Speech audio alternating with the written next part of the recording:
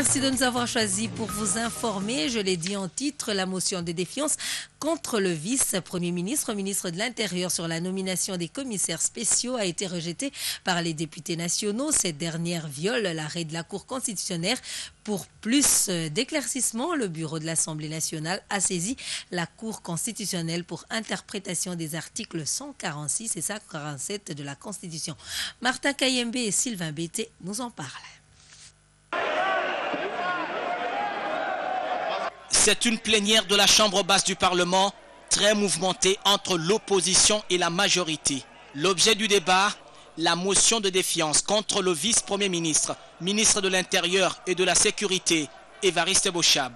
Les 52 signataires reprochent au patron de l'Intérieur d'avoir violé la Constitution de la République avec la nomination des commissaires spéciaux. Par motion incidentielle, Emmanuel Ramazani Chadari a démontré que la motion de défiance contre le vice-premier ministre, ministre de l'Intérieur, va à contre-courant de l'arrêt de la Cour constitutionnelle. D'où la Chambre basse est incompétente pour statuer sur une ordonnance du président de la République, chef de l'État. Nous avons dit qu'à ce moment-là, la motion des collègues était mal orientée. Nous l'avons dit.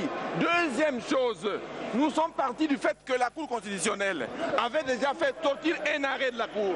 L'arrêt de la Cour qui ne peut pas être contournable. Tout le monde doit l'appliquer de manière exécutoire.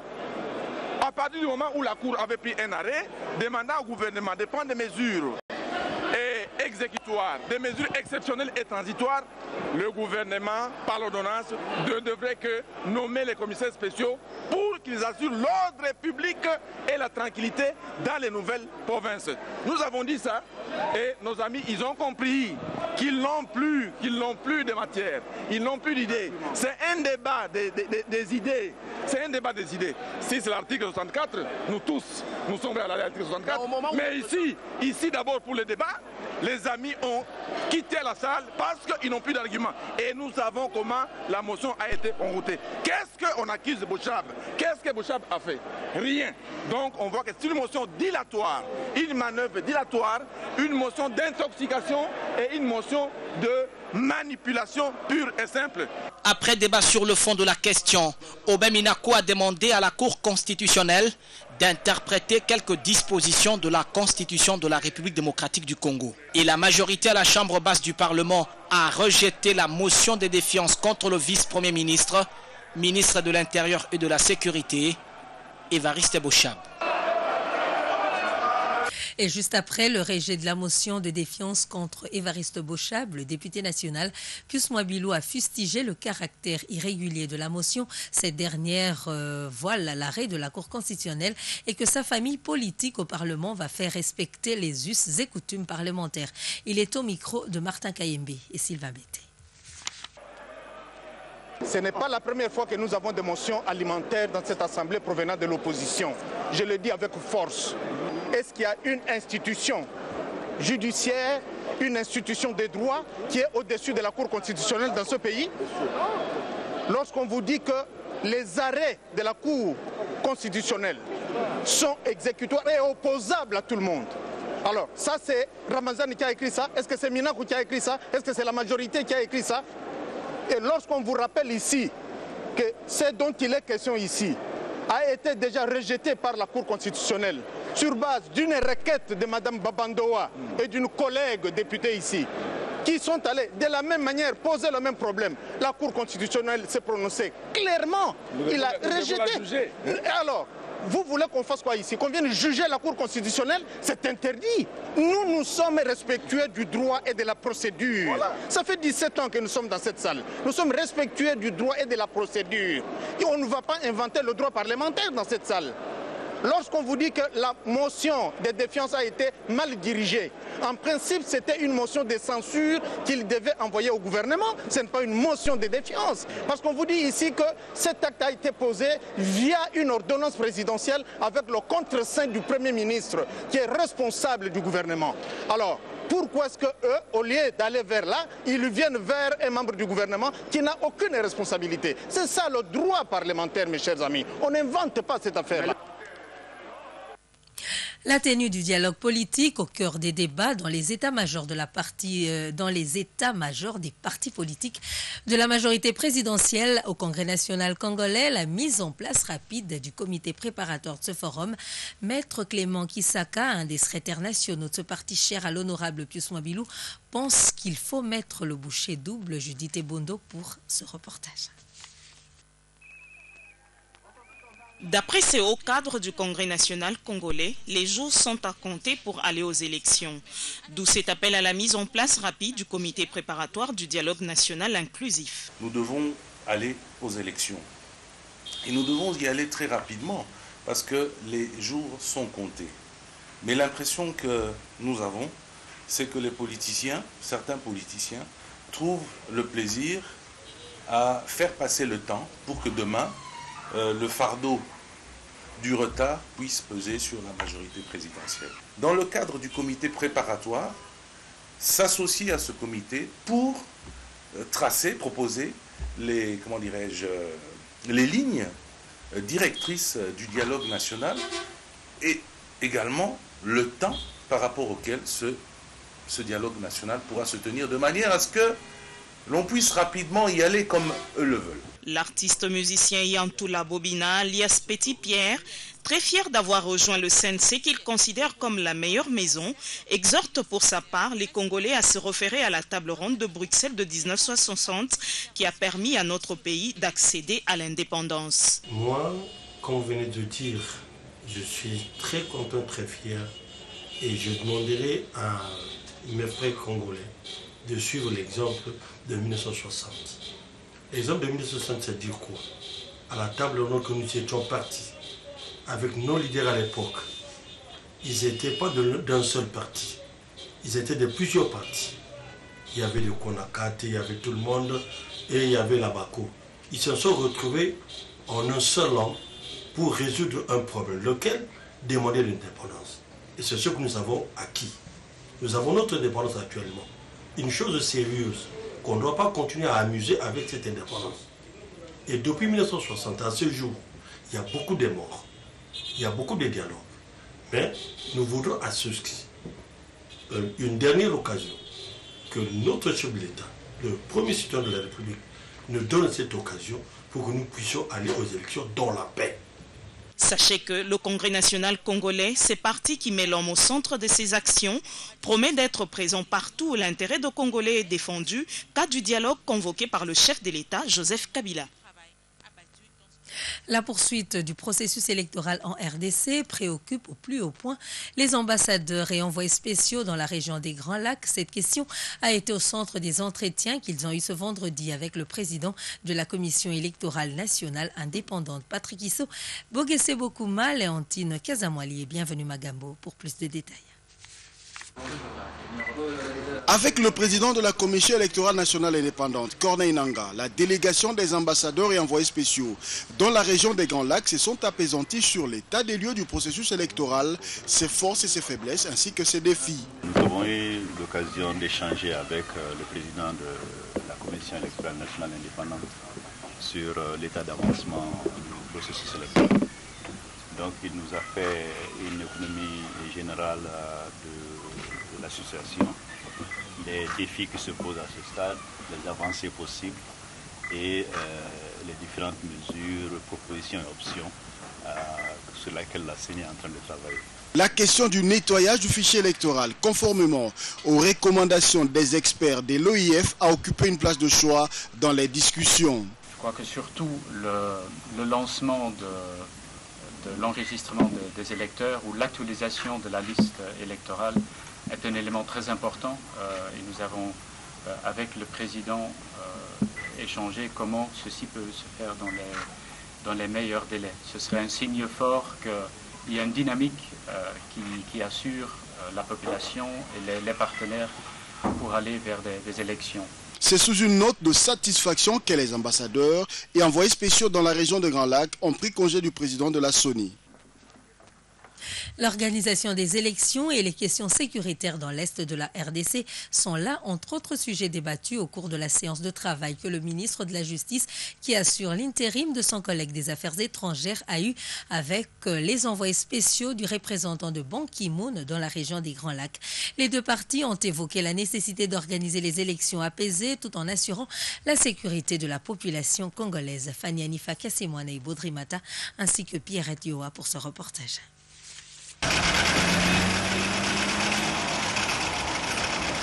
Les envoyés spéciaux du représentant du secrétaire général des Nations Unies dans la région des Grands Lacs se sont entretenus avec le ministre de la Justice qui assure l'intérim de son collègue des Affaires étrangères et de la coopération internationale.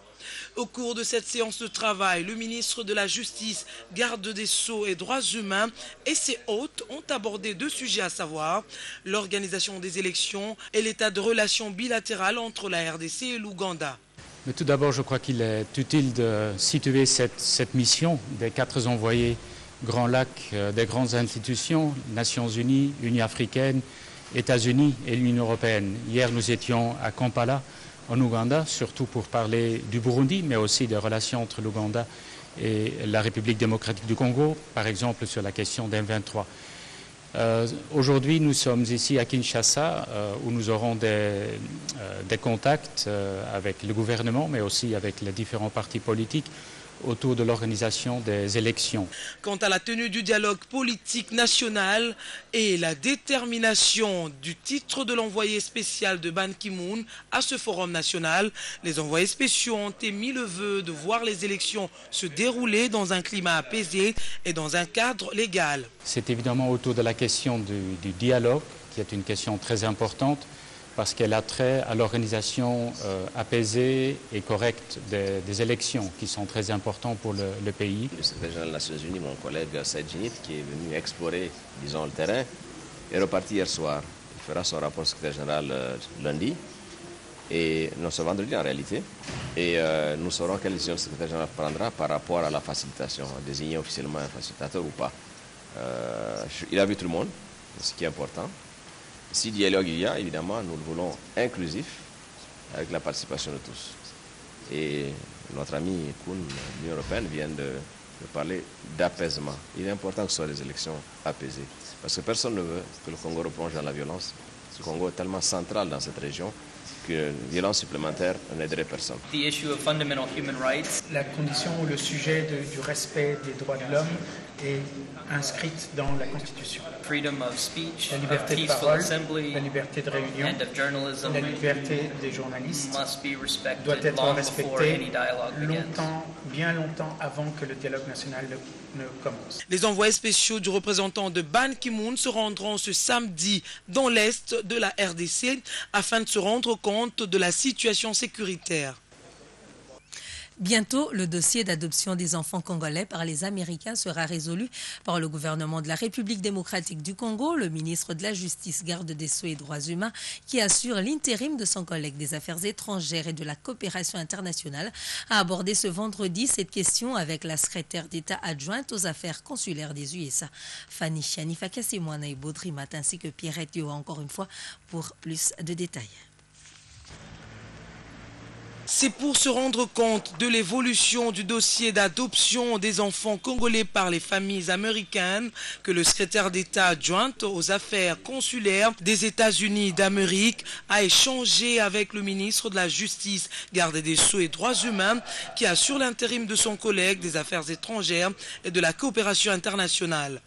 Les deux personnalités ont évoqué les raisons qui retardent les enfants congolais adoptés par les Américains de quitter la RDC. Nous avons parlé de la situation des enfants adoptés par les parents américains et d'autres étrangers. Et ces enfants, toutes les lois de l'adoption ont été respectées, mais ils sont en train d'attendre pour quitter le pays. Nous avons parlé des préoccupations du gouvernement congolais à propos du bien-être des enfants qui ont été adoptés et nous partageons aussi leur opinion. Les enfants ont été adoptés, cela fait pratiquement 2 ans qu'ils attendent pour quitter le pays. Et c'est un long processus pour ces enfants qui sont des petits-enfants. Et cela aussi est coûteux pour ces enfants qui attendent depuis très longtemps. Les parents adoptifs sont prêts à répondre à toutes les exigences des lois du gouvernement congolais et ils sont prêts pour prendre leurs enfants pour rentrer chez eux. They hope to bring their children home and to see this process come to an end. Le ministre a rassuré les familles américaines ayant adopté des enfants en RDC que cette situation sera décantée dans les jours à venir. Restons dans ce chapitre où la question d'adoption des enfants congolais continue à préoccuper le gouvernement américain. Cette délégation, composée de la secrétaire d'État adjointe aux affaires consulaires, a échangé à ce sujet avec le Premier ministre Matata Ponyo Mapon. La journée porte ouverte de ce vendredi a été marquée par la visite de 177 personnes à l'hôtel du gouvernement. Images et commentaires, Neftali Bomoutala Ouseni. Le gouvernement américain a manifesté sa déception face à la lenteur dans la prise en compte de la situation des enfants adoptés par les citoyens américains et autres pays du monde au niveau du Parlement congolais. Cette délégation, conduite par Michel Bond, secrétaire d'État adjoint aux affaires consulaires, a présenté au Premier ministre Matata Ponyo Mapon l'inquiétude des familles d'accueil de ces enfants adoptés, surtout que le Parlement congolais devra clôturer sa session d'ici la semaine prochaine sans tenir compte de la proposition de loi y afférent. Le gouvernement américain plaide pour que ces enfants rejoignent librement et le plus tôt possible leurs familles respectives. Et ce vendredi, 177 personnes constituées d'élèves et encadreurs du complexe scolaire Maman Pemba, les Étoiles Brillantes, Israël et ceux de l'Epensekwa ont visité les installations de la primature. Du bureau où travaillait le tout premier ministre Emery Patrice Lumumba, en passant par la salle de conseil des ministres et la galerie photo, ces visiteurs de la primature ont été émerveillés par la modernisation de ce site historique de la RDC. Un entretien purement pédagogique avec le Premier ministre Matata Ponyo Mapon qui a été félicité pour son action à la tête du gouvernement dans l'accomplissement de la vision du président de la République, Joseph Kabila Kabange. Les conseillers économiques des ambassades accréditées en RDC ont profité de leur rencontre trimestrielle à la primature dans le cadre de l'amélioration du climat des affaires pour palper la modernisation et l'aménagement de ce site qui retrace l'histoire de la République démocratique du Congo à travers les photos et les bustes qui ornent les jardins des premiers. Le Premier ministre Matata Ponyo Mapon a échangé des cadeaux avec ses hôtes avant de se livrer à la séance photo avec chaque groupe. Le commissaire spécial du Sud-Ubangi a remis la semaine dernière un lot des motos au chef de 17 secteurs du Sud-Ubangi, entre autres activités, le renforcement de son intégration dans différents milieux socio-religieux, le cas de sa présence à la messe de prémices à Notre-Dame de Guémena et son accueil par une délégation des pasteurs. Irène Moussouné pour ce point. L'intégration est totale. Le commissaire spécial du Sud-Ubangi se familiarise avec toutes les couches de sa population, y compris les ecclésiastiques. C'est ce qui justifie sa participation dimanche 29 novembre à la messe de prémices d'un prêtre de la région, l'abbé Benoît, qui en a appelé aux valeurs de vérité et d'éthique dans son homélie. Jean-Robert Koloba Dengue et ses deux adjoints présents à cette célébration eucharistique ont été présentés officiellement aux fidèles catholiques de la paroisse Notre-Dame de Guémena. Pour honorer le prêtre, le numéro 1 du Sud-Ubangi a posé un geste symbolique à l'endroit de l'abbé Benoît. Il lui a offert une vache grasse en signe d'encouragement de sa vie de sacerdoce. Après ces moments de fraternité et de convivialité, le commissaire spécial du Sud-Ubangi a été reçu au secrétariat général du Sécu par un groupe de pasteurs qui lui ont présenté un cahier de charges. Le commissaire spécial Jean-Robert Koloba a poursuivi avec ses activités le jour suivant. Il a procédé le lundi 30 novembre à la remise d'un lot de motos au chef des 17 secteurs de Guémena. C'était en présence de ses deux adjoints, des autorités militaires et fonctionnaires de l'État. Un geste qui a touché Ernest Matanga, chef des secteurs du Sud-Ubangi. Jean-Robert Koloba Dengue entend ainsi renforcer des liens avec tous ses administrés afin de réussir sa mission. Un invité sur ce plateau, il s'agit de monsieur Maître Dieudonné Mpiémé, modérateur du regroupement des communautés ressortissants de Mouéka. Bonsoir et bienvenue. Bonsoir, merci. Vous avez suivi ensemble avec nous la motion de défiance qui a été rejetée par les élus du peuple lancée contre le vice-premier ministre et ministre de l'Intérieur, Évariste Bochab. Un mot par rapport à ce qui s'est passé ce jour à la plénière. Bon, nous pensons que ça n'était que justice et ça ne pouvait que se conclure de cette manière, pour autant que, vous le savez madame, en matière de principe, chaque principe ayant une exception, lorsque les conditions pour appliquer une exception sont réunies, et normalement l'exception prend la place du principe. Et donc je ne sais pas si au niveau de l'Assemblée nationale on peut encore enseigner ce genre de choses ou répéter ce genre de choses. Je crois que nos députés devraient nous donner un peu plus de hauteur pour comprendre ce genre de choses et ne pas trop rabaisser le débat. Je pense que ça n'était que justice que le président de l'Assemblée nationale ait conclu comme ça. Et aujourd'hui, il faut le dire que cette réaction de l'Assemblée nationale pourra mettre tout le monde d'accord en envoyant pratiquement le dossier à la Cour constitutionnelle. Maître Dieudonné Mpiémé, vous êtes modérateur du regroupement des communautés, des ressortissants de Mouéka, et vous organisez une cérémonie dans le sens d'honorer les fils de Mouéka élevés en dignité. Quel sens vous accordez à cette cérémonie ? Bon, un double sens. D'abord, un sens sociologique. Il faut dire que Mouéka, c'est un territoire dont la réputation a franchi les limites du territoire national. Et donc, sur le plan sociologique, il était important que nous mettons en exergue nos valeurs sociologiques, relevant notamment de notre organisation sociologique, sociale, et d'un côté, et d'autre part, le sens politique, honorer ceux qui ont été élevés en dignité par le président de la République depuis 2014. Nous avons pratiquement péché en absence sur ce terrain-là, et il n'était pas tard pour nous, il n'est jamais tard pour bien faire. Voilà pourquoi aujourd'hui nous avons trouvé opportun de réagir et de procéder ainsi. Est-ce que votre organisation a une couleur politique, si ce n'est pas un secret Bon, couleur politique, je ne pourrais pas dire. Quand vous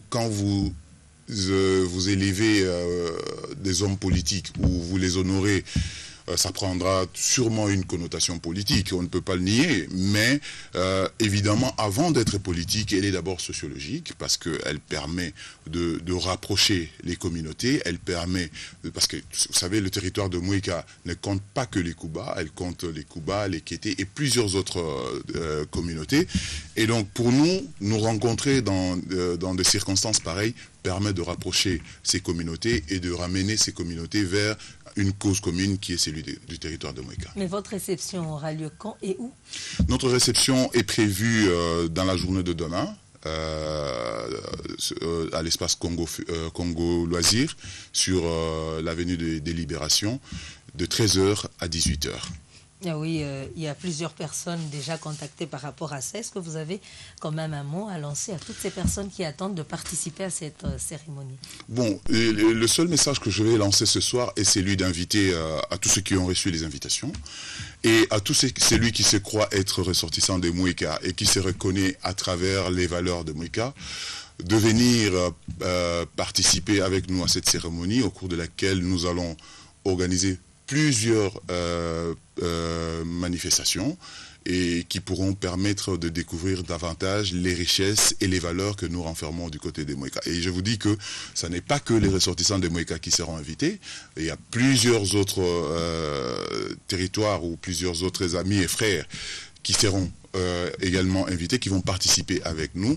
Et pour nous, c'est une occasion seulement de mettre en exergue ces valeurs de Mouéka, mais aussi et surtout montrer aux autres combien nous sommes unis et solidaires. Maître Dieudonné Mpiémé, merci d'avoir répondu à notre invitation. Je vous remercie. Nous poursuivons cette édition d'information pour dire que l'Arobank, Procrédit, FB Bank et BCDC commencent à effectuer des transactions sur les distributions et terminaux affiliés grâce au service interbancaire Multiplay. Ce service offrira un plus large réseau et une plus grande proximité sur 33 villes de la République démocratique du Congo, comme nous le confirme Pierrette Yoamuteba. Désormais, Raobank, Procrédit Bank, FBN Bank et la BCDC sont connectés sur Multiplay, premier service interbancaire en République démocratique du Congo. Par ce service, l'on peut effectuer des transactions auprès d'une des banques affiliées à Multiplay. Il suffit de trouver le logo Multiplay sur les distributeurs. Objectif, avoir des transactions possibles non seulement sur un plus large réseau, mais aussi pour une grande proximité. Avec votre carte que vous avez en main, vous pouvez avoir un accès beaucoup plus facile à votre argent. Au lieu d'avoir votre banque qui a peut-être 50 distributeurs, aujourd'hui, vous avez votre même carte qui a accès à 300 distributeurs. Donc l'accès à votre argent est vraiment multiplié. Il n'y a pas de coût pour vous supplémentaire. Vous avez simplement une plus grande flexibilité, une plus grande liberté pour utiliser votre carte et votre argent. Le réseau interbancaire Multiplay dispose de plus de 300 distributeurs de billets et 1000 terminaux de paiement électronique. Grâce à ce service, on peut effectuer des retraits jusqu'à $5 000 américains dans toutes les agences des banques participantes à travers 33 villes de la RDC. Qu'avec une carte d'une de ces banques-là, vous pouvez utiliser un distributeur de billets ou un terminal de paiement d'une des banques. Donc la gamme, le réseau de distributeurs et de terminaux est fortement agrandi et multiplié, je dirais. Signalons que ce nouveau service interbancaire a été rendu possible grâce à BankServe Africa et Infoset, gestionnaire des transactions interbancaires en Afrique du Sud. 130 dossiers ont été traités et payés par la Société nationale d'assurance. L'assureur national respecte son objet social, celui de remettre les sinistrés dans leurs droits.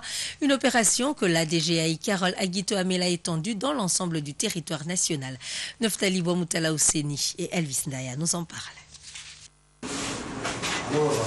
L'opération Jeudi Sinistre initiée par la Société nationale d'assurance continue à honorer ses engagements vis-à-vis des sinistrés. 130 dossiers concernant les assurances automobiles vie à incendie ont été traités et payés par l'assureur national. La direction générale s'est penchée sur 76 dossiers, 3 pour l'agence des Huileries, 1 dossier pour Bandalungwa, 2 Kingabois, 6 pour 30 juin et 1 dossier pour Bichingobila. Kassavoubois traité et payé 9 dossiers, 3 pour Massina, 2 Ngaliema, 1 dossier pour l'agence de Njili, 3 libérations, Selemaluku 5, DGI Gombe 6, Sosimat 3 dossiers, l'agence de Gombe 8, Matete 2 et Fikine 1 dossier. L'équipe que dirige la DGAI Carole Aguito Amela est déterminée à sensibiliser tous les Congolais et étrangers à s'assurer pour bénéficier des avantages qu'offrent les différentes gammes d'assurance. Jeudi Sinistre est donc cette opération que la SONAS a adoptée et étendue dans l'ensemble du territoire national pour remettre les sinistrés dans leurs droits. Les bénéficiaires saluent le respect de cette opération dans chaque agence où, après étude minutieuse des dossiers, chacun bénéficie d'une indemnisation dans le délai de la Société nationale d'assurance. Vodacom Congo est heureuse de clôturer ce vendredi ses actions entamées depuis quelques jours. Dans le cadre du mois de partage, les prisonniers de Makala ont été visités ce jour par une forte délégation de la fondation Vodacom conduite par son directeur général Hugo Matadi. Linde Akibushi et John Omombo nous en parlent dans ce reportage. Tout est bien qui finit bien. La fondation Vodacom a bien clôturé à Kinshasa ce vendredi ses activités s'inscrivant dans le mois de partage. Les pensionnaires de la prison de Makala ont été les derniers bénéficiaires de cette action de bienfaisance. Un important lot de vivres et des produits de première nécessité leur a été offert par le leader de la télécommunication en République démocratique du Congo à travers sa fondation. Le colonel Kabissa Tadé a dit toute sa reconnaissance envers Vodacom pour ses multiples gestes de fraternité à l'endroit des prisonniers de Makala. Dans ses bonnes habitudes, il ne nous a jamais abandonnés. À chaque fin de l'année, Vodacom vient et je ne suis pas surpris, mais je continue à être très content, très reconnaissant envers Vodacom et même tous les pensionnaires qui sont ici. Et nous savons que vous allez encore revenir. Ce n'est pas que parce que je le dis que vous venez, vous veniez toujours et vous aviez toujours promis de venir et vous venez. Et c'est un geste qui est entré dans vos habitudes sociales. Et nous en sommes très reconnaissants. S'exprimant sur l'ensemble des activités menées autour de ce mois de partage, la directrice générale de la Fondation Vodacom a expliqué qu'il s'agit d'une marque de reconnaissance à la clientèle toujours fidèle de Vodacom. Nous venons au mois de décembre et nous partageons. Nous partageons ce que nous avons pu mettre de côté pour eux, non seulement pour les détenus, mais comme vous nous avez suivis toute cette semaine, également avec les orphelins, avec les vieillards, dans les foyers sociaux. Et nous voulons simplement remettre un peu de sourire. Pendant que tout le monde va se réjouir à Noël et à Bonne Année, au Nouvel An, nous voulons aussi que nos frères et sœurs qui sont ici aient le sourire. L'entreprise Vodacom Congo, par le biais de sa fondation, compte élargir ses actions de bienfaisance en province, Kinshasa n'étant pas la République démocratique du Congo.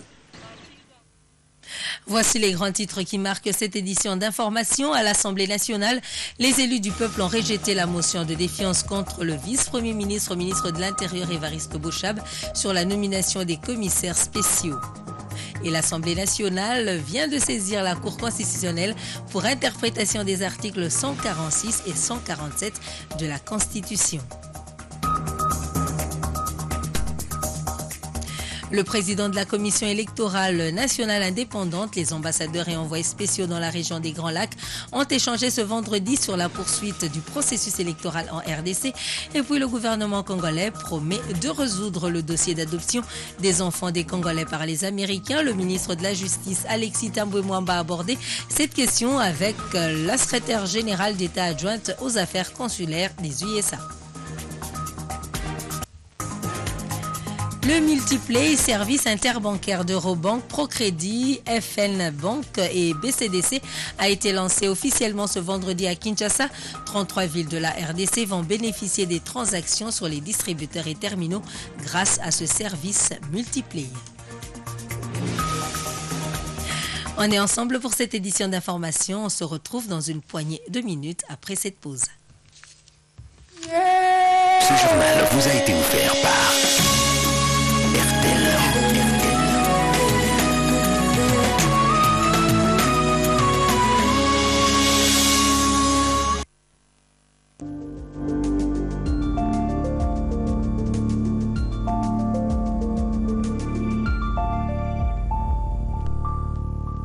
La reproduction des insectes est extrêmement rapide. C'est parti! Tu ne m'auras pas? Bégon arrête net les insectes dans leur élan. Bégon multi-insect killer tue directement toutes les sortes d'insectes rampants et volants. Utilisez Bégon multi-insect killer. Tue les insectes, protège votre famille. SC Johnson. Découvrez Bégon multi-insect killer sans odeur. Un maximum de protection, un minimum d'odeur. C'est ça l'efficacité Bégon. Bégon multi-insect killer sans odeur.